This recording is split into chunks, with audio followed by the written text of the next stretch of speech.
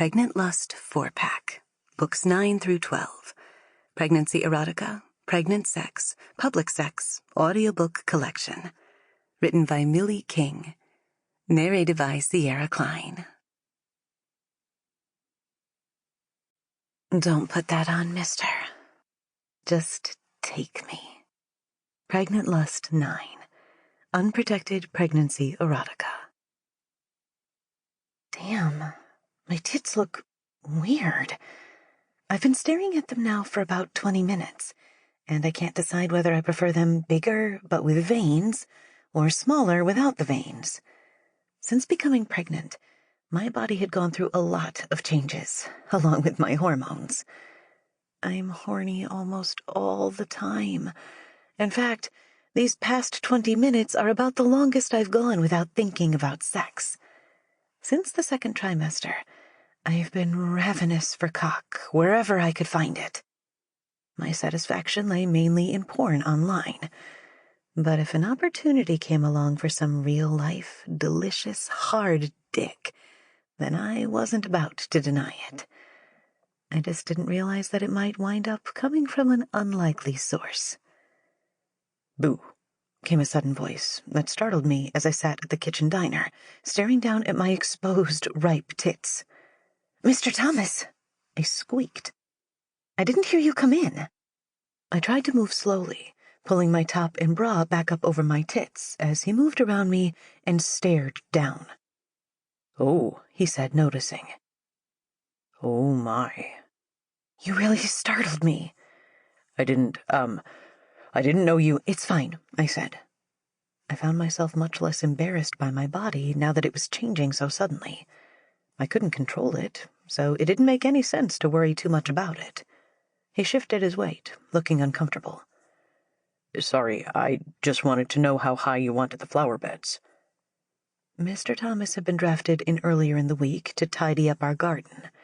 He came and went as he pleased, but with my father away, it was left to me to make a few decisions. Mr. Thomas was a nice guy, and pretty damned hot in the right light. He wore a pair of jeans and a flannel shirt, with a few dirt stains on it. It was then I had an idea. An idea so sinful that I can't believe it even dawned on me. But then an insatiable lust needs satisfying somehow. "Why don't you take a look?" I said, ignoring him and reaching back into my top. "Do my tits look funny?" He barely had time to protest. I reached back beneath the bust of my summer dress and pulled my breasts out over my bra, resting them on top of my swollen stomach. He was rightly taken aback. "Jessica, I'm not—" "Do they look veiny to you? Is it just me?" He stared, wide-eyed. He swept his short black hair over to one side and rubbed a hand over his 2-day-old stubble. Ordinarily, he was a picture of masculine calm, but this had got him worked up. "They look perfect." I stared into his brown eyes that were focused intently on my tits. I watched his Adam's apple bounce as he swallowed, realizing the predicament he was in. You can't criticize a woman's tits, but you can't examine them so fastidiously either. "Perfect? You think so?"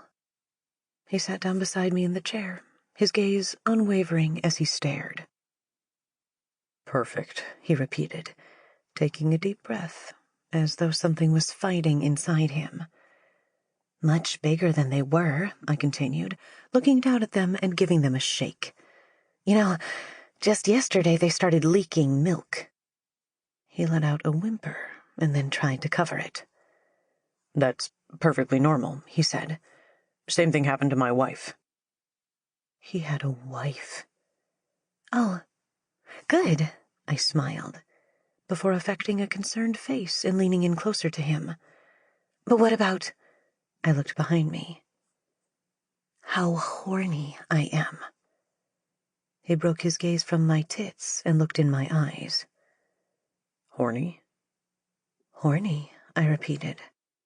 "All the time.